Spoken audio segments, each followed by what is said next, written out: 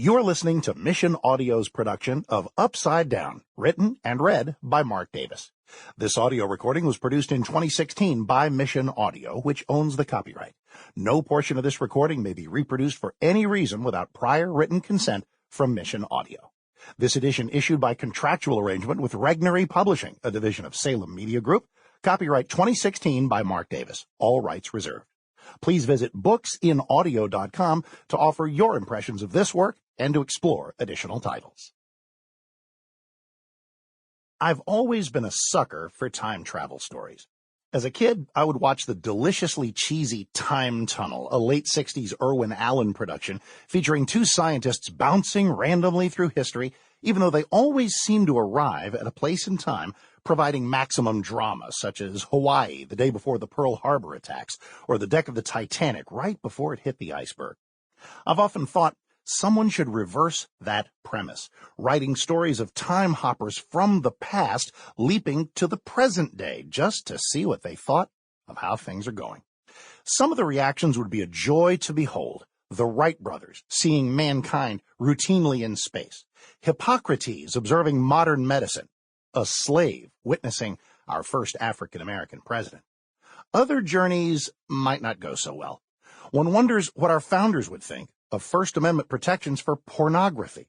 A short time jump by Dr. Martin Luther King would find him pleased with our racial progress, yet heartbroken that so many of the grandchildren of the I Have a Dream generation are killing each other and the occasional policeman. No one needs to go back to our nation's birth or even to our parents' birth to imagine what would stun visitors from the past. Dazzling progress has been a constant theme in the history of America and the world, with new generations enjoying technologies and social changes unimagined just a few decades before. But as the saying goes, not all change is progress. The world of 2016 is an astonishing place. The America of 2016 is a wondrous creation, but both are mightily screwed up in a long list of ways. The societal glue that has held us together is weakening, and some of our bonds have been willfully ripped apart. Without a panel of time-traveling ancestors to weigh in on our errant paths, we're left to figure out solutions for ourselves. This is complicated because plenty of people around America and around the world think things are going just great. So what are the options for the rest of us who see parts of the globe going mad, the foundations of our nation eroding, and the institutions that made America great falling into disfavor? For a disease to grow into an epidemic, not everyone has to be infected. Likewise, folly and debased standards do not have to infect everyone, just enough to elect leaders who will govern us into the ditches of our own digging. Our troubled education system and our poisoned culture have corroded countless minds, mostly young. Some of them grow older and smarter, but not all, leaving enough grown-ups to steer us very badly. Policies, attitudes, even our own history. We should expect debates about all of these. We used to conduct those debates according to a shared set of rules with a common understanding of who we are, what our nation stands for, what right and wrong mean, the basic concepts of man and woman, the value of God, the attributes of thoughtfulness and restraint.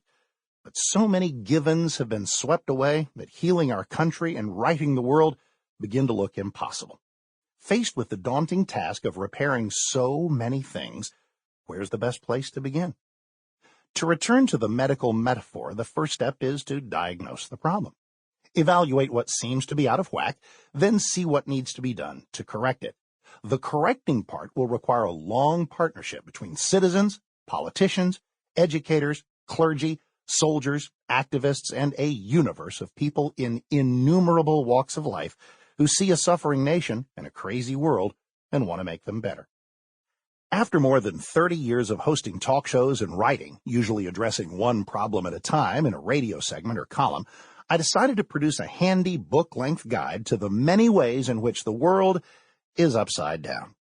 I consider a different issue in each chapter, posing several statements of the conventional wisdom, things you hear every day in the media or the classroom, from politicians and pundits, perhaps at church or in the carpool line, and offering a rejoinder to each.